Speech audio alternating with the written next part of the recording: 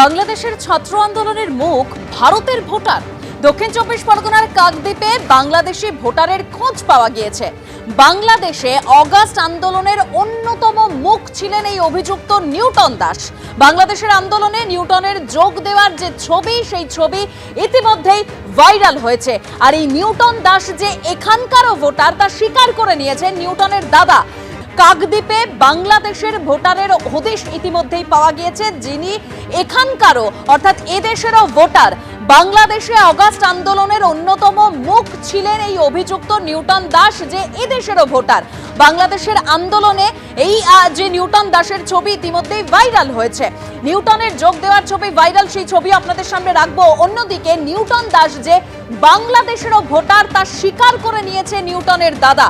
কিছুদিন আগেও কাকদ্বীপের সুভাষনগরে থাকতেন নিউটন, এরকমই তার দাদা দাবি করেছেন।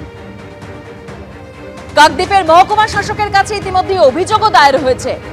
বাংলাদেশে অগাস্ট আন্দোলনের অন্যতম মুখ ছিলেন এই নিউটন দাস, এবং সেই যে আন্দোলনে যোগ দেওয়ার যে ছবি, সেই ছবিও ভাইরাল হয়েছে। আবারও যোগাযোগ করেছে আমাদের প্রতিনিধি গৌতম মণ্ডলের সঙ্গে। গৌতম, দেখো দেবস্মিতা, এই যে নিউটন দাস কাকদ্বীপের স্বামী বিবেকানন্দ গ্রাম পঞ্চায়েতের সুভাষনগর যে এলাকা, সেখানকার দাসপাড়ার বাসিন্দা। কিন্তু যেটা প্রশ্ন উঠছে, এই যে নিউটন দাস তিনি দীর্ঘ সময় এইখানে ছিলেন, এই রাজ্যে ছিলেন, কাকদ্বীপে ছিলেন এবং কাকদ্বীপের ভোটারও হন, কিন্তু তিনি আদতে বাংলাদেশের বাসিন্দা।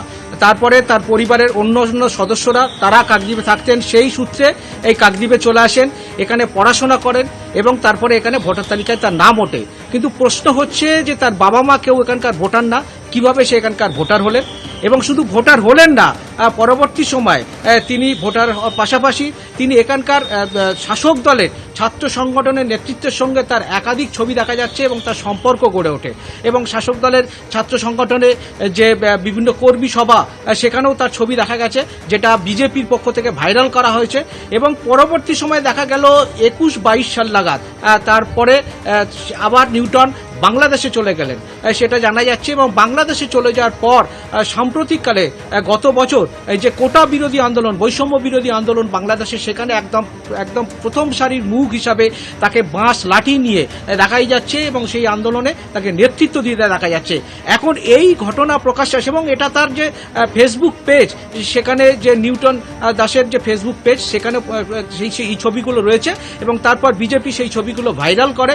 এবং তারপরে প্রশ্ন উঠছে, একজন ব্যক্তি নিউটন দাস, সে কাকদ্বীপের ভোটার, সে কি করে বাংলাদেশের বৈষম্য বিরোধী আন্দোলন এবং তার প্রধান মুখ হতে পারে? এইটা নিয়ে কিন্তু একটা অভিযোগও দায়ের হয়েছে কাকদ্বীপের মহকুমা শাসকের কাছে।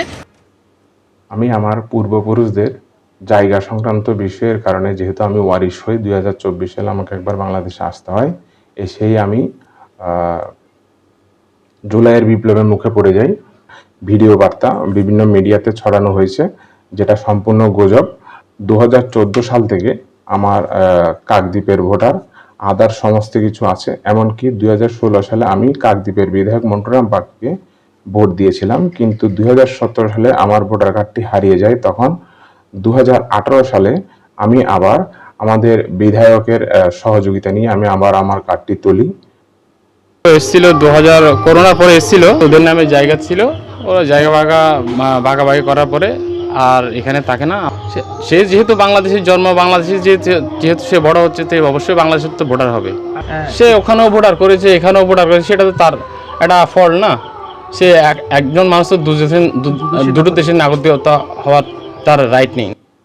নিউটন দাস এবং নিউটন দাসের দাদার বক্তব্য আপনারা শুনলেন। নিউটন দাসের দাদা বলছেন যে সে বাংলাদেশে জন্মেছে, তাই বাংলাদেশের ভোটার তো অবশ্যই নিউটন। এবং নিউটন বলছে 2014 সাল থেকে সে কাকদ্বীপের ভোটার। একেবারে এই তথ্য সামনে আসছে, কিন্তু এখানেই প্রশ্ন, দুদেশের ভোটার কিভাবে হতে পারেন, কিভাবে এটা সম্ভব হলো?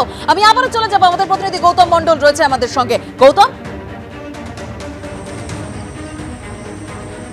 এই দেখো দেবস্মিতা, এটাই হচ্ছে কাকদ্বীপের এই যে সাম্প্রতিককালে এই যে ভুয়ো ভোটার কাণ্ডে যে বিতর্ক তৈরি হয়েছে, এবং শুধু বিতর্ক না, গত মার্চ মাসে কাকদ্বীপের তৃণমূল কংগ্রেসের পক্ষ থেকে কাকদ্বীপের মহকুমা শাসকের কাছে একটা অভিযোগ দায়ের করা হলো।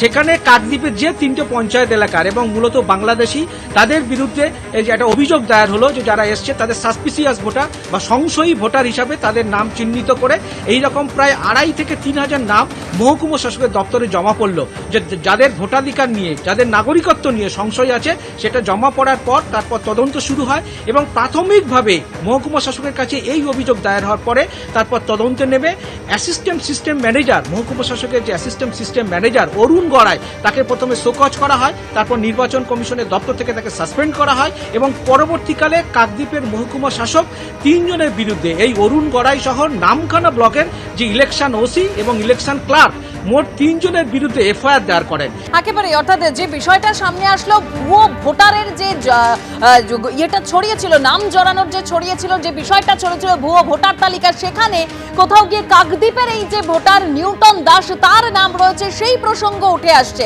আর আমরা দেখলাম যে এই নিউটন কাকদ্বীপের টিএমসিপি কর্মী, এরকমই বিরোধীরা তারা দাবি করছে। কাকদ্বীপের মহকুমা শাসকের কাছে ইতিমধ্যে অভিযোগও দায়ের হয়েছে।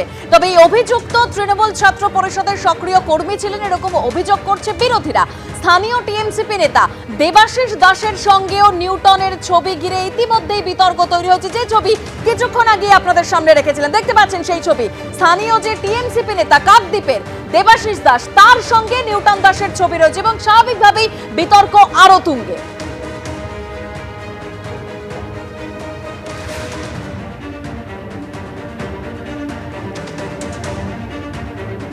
নিউটন দাস বা আইনস্টাইন দাস এরা পূর্ব বাংলার জেহাদি সন্ত্রাসবাদী, এরা জামাত শিবিরের লোক। এরা ওখানে হয় রফিকুদ্দিন শেখ, নাহলে আলিমুদ্দিন শেখ, এরকম ব্যক্তিরা ভারতবর্ষের কাঁটাতার পেরিয়ে তৃণমূলের সহযোগিতায় কাকদ্বীপে আসে, তৃণমূলের সহযোগিতায় ভোটার লিস্টে নাম তোলে। তৃণমূলের সমস্ত সাংগঠনিক লোকের সঙ্গে জেহাদি লোকেদের একটা মেলবন্ধন আছে, এদেরকে দিয়েই তৃণমূল ভোট বৈতরণী বের করে। জেহাদিদের লালিত পালিত করাটাই তৃণমূলের কাজ। একেবারে, বিরোধীরা যে অভিযোগ করছে যে এই নিউটন দাস টিএমসিপির সক্রিয় কর্মী, দেবাশিস দাস যিনি স্থানীয় টিএমসিপি নেতা, তার সঙ্গে নিউটন দাসের ছবি দেখা গিয়েছে এবং সেই ছবি আপনাদের সামনে রেখেছিলেন এবং যা ঘিরে বিতর্কের সৃষ্টি হয়েছে। দেবাশিস দাস কি বলছেন এবার শুনুন।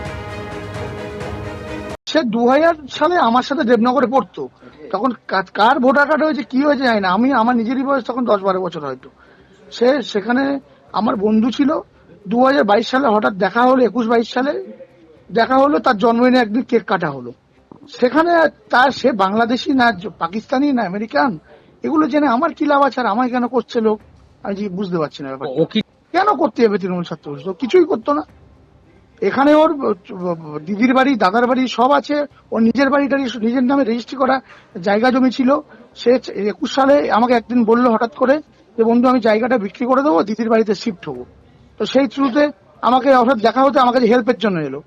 তখন আমি বললাম ঠিক আছে, অসুবিধা নেই। একদিন জন্মদিন ছিল, কেক কাটা হলো, ব্যাস এইটুকুনি। আমি সেটা আমি বলতে পারবো না ও কোন দেশের নাগরিক, কি ওর সঙ্গে যোগ থাকবে। ও দল কেন? ও তো আপনারা বলছেন যে ও নাকি বাংলাদেশি, বা ও দাদা বলছে, তাহলে বাংলাদেশি যদি হয় ইন্ডিয়ায় কি করে দল করবে?